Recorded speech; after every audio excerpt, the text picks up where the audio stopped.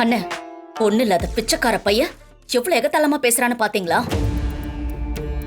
அவன் என்னதான் ஷூரிட்டி கொண்டு வந்து கொடுத்தாலும் இந்த ஹோட்டலை நிம்மதியா நடத்த விடக்கூடாதுன்னு என்னையே எதிரா பேசிட்டு என்னையே ஜெயிக்கலான்னு பாக்குறானா? அவனை விடவே கூடாதுன்னு. அந்த மாயாவோ ரகுராமோ யாருமே எந்த உதவியும் செய்ய விடக்கூடாதா? அவனை இந்த ஹோட்டலை நிம்மதியா நடத்த விடக்கூடாதுன்னு. என்ன மாயா, ஏதாவது முக்கியமான விஷயமா திடீர்னு வந்திருக்க? போன் கூட பண்ணல. உன்கிட்ட கொஞ்சம் பேசணும்னு தோணுச்சு, அதான் வந்தேன். சமீபமா கதிரோட நடவடிக்கைகள்ல ஏதோ ஒரு மாற்றம் தெரியுது. நீ அதை கவனிச்சியா தானா? என் புருஷனை நான் கவனிக்காம இருப்பேனா? அவன் நல்ல வேலை கிடைக்கலன்னு டிப்ரெஷன்ல இருக்கான். அவனுக்கு கடுமையா உழைக்கணும், நிறைய சம்பாதிக்கணும், பெரிய ஆள் ஆகணுங்கிற வெறி இருக்கு. ஆனா அதுக்கான சந்தர்ப்பம் தான் கிடைக்கல. அப்படி இல்ல தானா, நான் சொல்ல வர்றதே வேற. அது என்னன்னா, அவனை பத்தி எதுவும் யோசிக்காத மாயா. அவன் அடுத்தடுத்து நிறைய பிரச்சனைகளை ஃபேஸ் பண்ணிக்கிட்டே இருக்கான். அதனால நானே அவனை கேட்டு டிஸ்டர்ப் பண்ண வேண்டாமேன்னு அவன் போக்கிலே விட்டுட்டேன். கண்டிப்பா அவன் ஏதாவது சாதிப்பான்.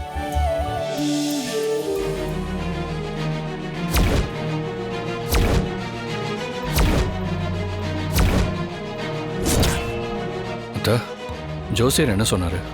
நான் சொல்ல வரத இவ சரியா புரிஞ்சுக்க மாட்டேங்கிறாளே. கதிர், என்ன போன உடனே வந்துட்ட? சாப்பிட கூட செய்யல. எனக்கு சாப்பாடு வேணாம், ஒண்ணும் வேண்டாம். நான் தப்பிச்சு வந்ததே பெரிய விஷயம். கதிர், ஏய் கதிர், என்னாச்சு? ஏன் ஒரு மாதிரி பேசுற? ஏய் மாயா, நீ எப்போ வந்த? நான் வந்தது இருக்கட்டும், நீ ஏதோ ப்ராப்ளத்தோட வந்திருக்க. என்னன்னு சொல்லு கதிர். அவர் பெர்மிஷன் கொடுத்துட்டாரு. எல்லாத்துக்கும் காரணம் நான் தான். உங்க பணத்தை நான் கட்டுறேன். இந்த 50 லட்சம் ரூபாய்க்கு ஒரு பத்திரம், தோட்டமோ வீடோ ரைஸ் மில்லோ, இது ஏதாவது உன்னோட டாக்குமெண்ட் கேரண்டியா கொடு. நான் இதை நம்பி ஹோட்டலை விடுறேன். ஓ, புவனா இப்படி ஒரு பிளான் பண்றாளா? என்ன மாதிரி தந்திரமா யோசிக்கிறா பத்தியா? என்ன வச்சு மாமா ஏதாவது சிக்கல்ல கொண்டு விடணும்னு யோசிக்கிறா. நீ என்ன சொன்ன? அதெல்லாம் நடக்காதுன்னு சொல்லிட்டு வந்துட்டேன். புவனா அந்த ஹோட்டல் விஷயத்துல வருவா நான் எதிர்பார்க்கவே இல்லை. வாழ்க்கையில உருப்படுறதுக்கு என்ன பண்றதுன்னு நானும் என்னென்னமோ முயற்சி பண்ணி பார்க்கறேன். ஆனா எனக்கு தான் எதுவுமே நடக்க மாட்டேங்குது.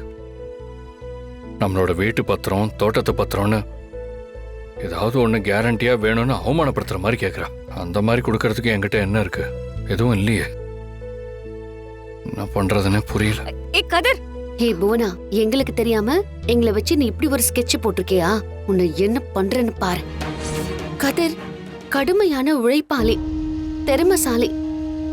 அவன் திறமைக்கு ஒரு நல்ல வாய்ப்பு கிடைச்சாதானே அவன் ப்ரூவ் பண்ணுவான். அவன் யாருன்னு நமக்கு தானே தெரியும். ஆனா அவனை நீ ஒண்ணு இல்லாதவன், உன்கிட்ட சொத்து இருக்கா, ஷூரிட்டி கொடுக்க முடியுமான்னு அந்த புவனேஸ்வரி அவமானப்படுத்திருக்கா. நான் மட்டும் அங்க இல்ல. இருந்திருந்தேன்னு வச்சுக்கோங்க, அவளை ஒண்ணு இல்லைன்னு பண்ணிருப்பேன். பெரியம்மா, பணம் இல்லாம இருக்கிறது கூட ஓகே தான். ஆனா தான் உழைக்கணும்னு நினைக்கிறான். உழைக்கணும்னு நினைக்கிற ஒருத்தன் கிட்ட பணம் இல்லாம இருக்கிறது ரொம்ப தப்புன்னு பேசினது எனக்கு கோவமா இருக்கு பெரியம்மா. உழைக்க சந்தர்ப்பம் கிடைச்சா தானே அவன் பணம் சம்பாதிப்பான். ஆனா அவனுக்கு தான் வாய்ப்பே கிடைக்கலையே. சில வாய்ப்புகள் தானா அமையும்.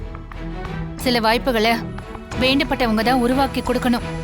அவனுக்கு வாய்ப்பு வாங்கி கொடுக்க நான் இருக்கேன். தனவும் கதிரும் கண்டிப்பா ஜெயிப்பாங்க. அவங்க 2 பேரும் கஷ்டப்பட்டுட்டு இருக்கிறத நான் பாத்துக்கிட்டே இப்படி சும்மா இருக்க முடியாது. பெரியம்மா, எங்க போறீங்க? உன் பெரியப்பா கிட்ட பேச போறேன். பெரியப்பா கிட்ட பேச போறீங்களா? ஆமா. என்ன பேச போறீங்க? கதிருக்கு நாம தான் ஏதாவது பண்ணணும்னு பேச போறேன். ஐயோ வேண்டாம் பெரியம்மா, பெரியப்பா கோவப்படுவாரு. நீ பேசாம இருமாயா. நீ இப்ப நடந்ததெல்லாம் சொல்றத கேட்டுக்கிட்டு என்னால எதுவும் பண்ணாம சும்மா இருக்க முடியாது. நான் பேசதான் போறேன்.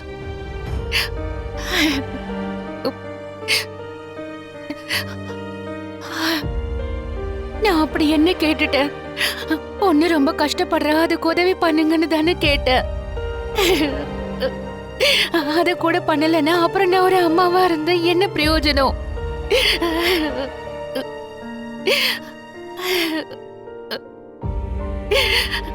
என்ன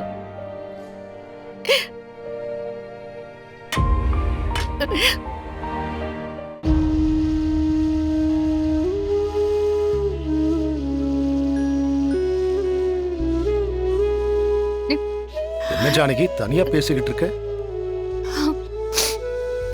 அதெல்லாம் ஒண்ணும் இல்ல. நீ என்ன பேசிக்கிட்டு இருந்திருப்பேன்னு எனக்கு நல்லா தெரியும். உள்ளுக்குள்ள வருத்தப்பட்டுக்கிட்டு இருப்பேங்கிறது நீ சொல்லித்தான் எனக்கு புரியணும்னு அவசியம் இல்லை. உன் கண்ணை பார்த்தாலே எனக்கு தெரியும். ஏங்க செய்யறேன்னு ஒரு வார்த்தை சொல்லுங்க, நான் சந்தோஷமா சாப்பிடுறேன். உனக்கு பசிக்கும் போது நீ சாப்பிடு.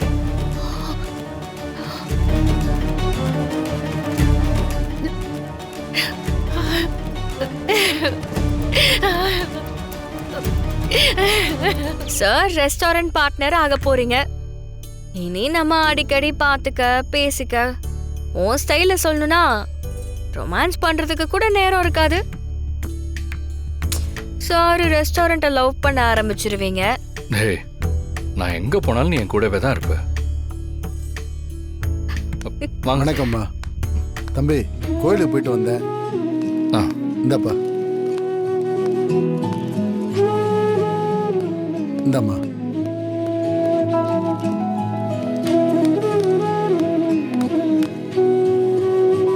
சொல்லுங்க சார், ஏதோ சொல்லணும்னு நினைக்கிறீங்க? ஒண்ணுமில்ல கதிரு, இந்த ரெஸ்டாரண்ட்டை நடத்தணுமான்னு கொஞ்சம் யோசனை பண்ணிக்கப்பா. இது உன்னுடையது கூட இல்லை, என்னுடைய ரெஸ்டாரண்ட். சார், என்ன சார் உங்களோடது என்னோடதுன்னு பிரிச்சு பேசுறீங்க? பல பேர் இன்டர்வியூக்கு வந்தப்போ என்ன நம்பி நீங்க மேனேஜர் வேலை கொடுத்தீங்க.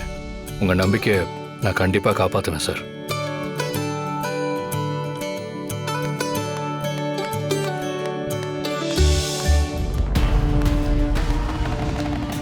என்ன கதிர், 50 லட்சம் ரூபான்னு சொன்னா நீ வரமாட்டேன்னு நினைச்ச? எனக்கு முன்னாடி வந்து நிக்கிற. ஆமா, பணத்துக்கெல்லாம் எப்படி ஏற்பாடு பண்ண? ஏதாவது திருட்டு வேலையா? அப்புறம் போலீஸ் வந்து என்கிட்ட கேட்க போறாங்க. அதெல்லாம் உனக்கு தான் பண்ணணும்.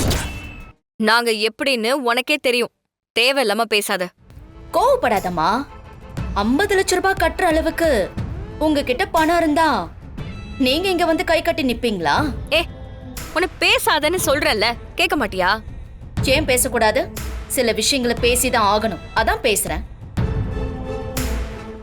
இந்த ரெஸ்டாரண்டோடைய ஓனர் 50 லட்சம் ரூபாய் கடனை வாங்கிட்டு அசலும் கட்டல வட்டியும் கட்டல. இப்போ ரெஸ்டாரண்ட்டை பூட்டிட்டு பொருள் எல்லாம் வித்தா ஏதாவது தேருமான்னு பார்த்தா, ஆனா கதிர் அந்த ரெஸ்டாரண்ட் நடத்துறதா சொல்றோம். தாராளமா நடத்துங்க. 50 லட்சம் ரூபாய் அந்த கடனை ஏத்துக்கிறதுக்கு ஷூரிட்டிக்கு என்ன கொண்டு வந்திருக்கீங்க?